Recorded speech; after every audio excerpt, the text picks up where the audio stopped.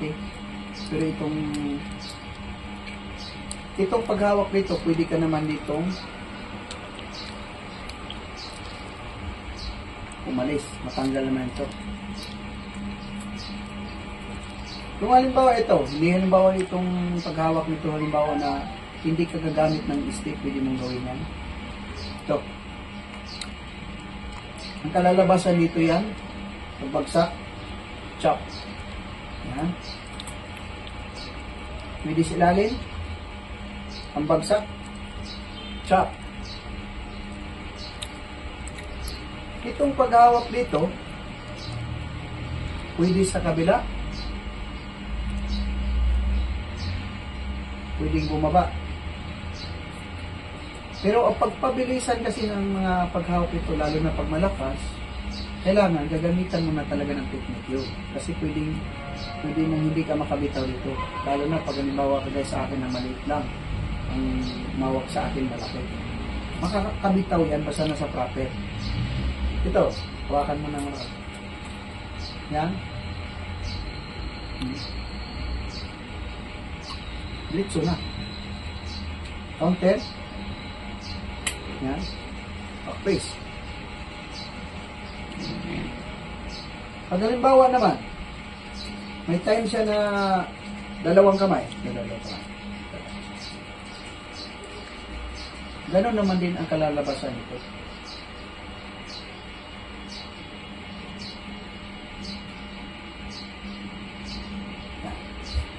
Pabilisan ko yan. Madalas ko itong ginagawa ng mga simpleng technique. Yan, dalawang kamay siya sa akin. Ito naman. Pag hindi ko talaga maanap, kailangan ko lang ko dito. Bababa yan. Yan. Ito kasi, kung ayaw bumitaw ito, sa biglaan, pwede kang sumuntok. Yan. Pwedeng injurihin ito.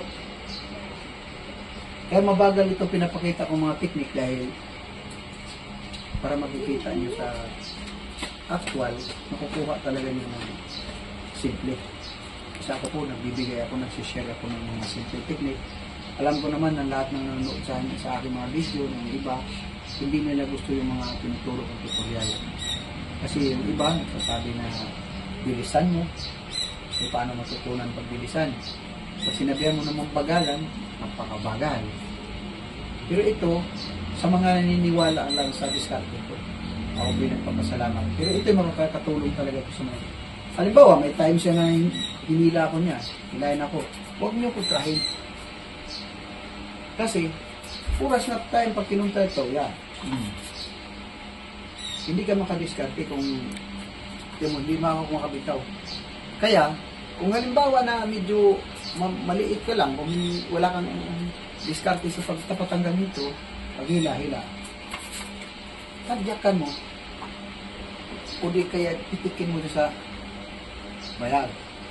Kung wala ka talagang alam dito kung paano magtanggal. Pero kung may marunong ka magtanggal dito, napakasimple lang. Pag iangat mo lang ito dito, matik yung kamay mo. Yan. Pwede mong sikwat. Sigurado yun. Pag lock mo kasi dito,